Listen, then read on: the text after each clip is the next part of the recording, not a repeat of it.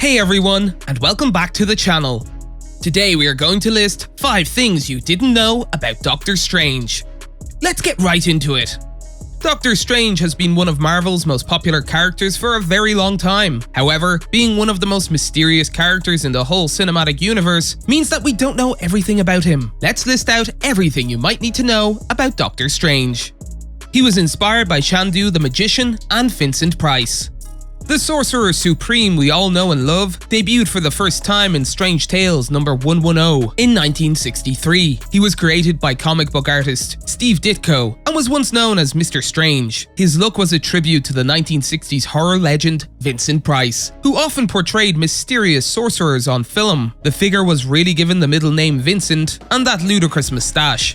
Stan Lee and Steve Ditko decided at the 11th hour to alter the character's name to separate him from Mr. Fantastic. And since there was already a Doctor Strange antagonist, they opted to spell out Doctor instead of using its abbreviation. Doctor Strange was possibly most influenced by Chandu the Magician. This 1930s radio show featured a secret agent magician capable of astral projection and astral travel. When Lee and Ditko sought to introduce a new element to Marvel Comics, the magician realm of Chandu looked like the ideal place to begin.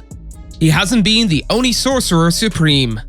Doctor Strange is best known as the Sorcerer Supreme, which means he is essentially carrying out the ambition of every 8-year-old to be the greatest magician in the world. Or as Marvel likes to phrase it, he is a practitioner of the mystic arts who controls a larger portion of the ambient magical forces than any other entity on a particular planet or dimension. Doctor Strange is a great person. While Stephen may be the most well-known Supreme Sorcerer, there have been countless others throughout the previous several millennia, the first being the divine Agamotto. Others include an Atlantean mermaid, Merlin, Nightcrawler's foster mother, and the Ancient One, who serves as Doctor Strange's tutor. Dr. Voodoo assumed the mantle after Doctor Strange renounced the mantle from 1992 to 1995, and again in 2009 after unsuccessfully flipping off Hulk.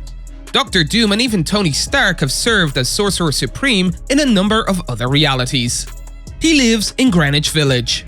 Anyone interested in paying the Sorcerer Supreme a visit need just swing by 177A Bleecker Street in New York City, home of delicious pizza, bohemian living, and Bob Dylan's mumbling. Greenwich Village also notably houses Doctor Strange's home base, the Sanctum Sanctorum. Its location is a real-life allusion to the apartment occupied by comic book authors Roy Thomas and Gary Friedrich. In the comics, it is shown as a focal point for supernatural forces, since it was constructed on a site of pagan sacrifices, which is unfortunate for the tattoo business presently located there. Stephen Strange receives a brownstone while Superman and the Justice League get an ice fortress and a space station respectively. In all fairness, it is a 3-story home in downtown Manhattan, which is a more scarce resource than vibranium. Technically, the structure is a magical item that is significantly bigger than it seems from the outside, stores several of Stephen's supernatural possessions, and can transform into a Starbucks. This is a poor method of excluding individuals.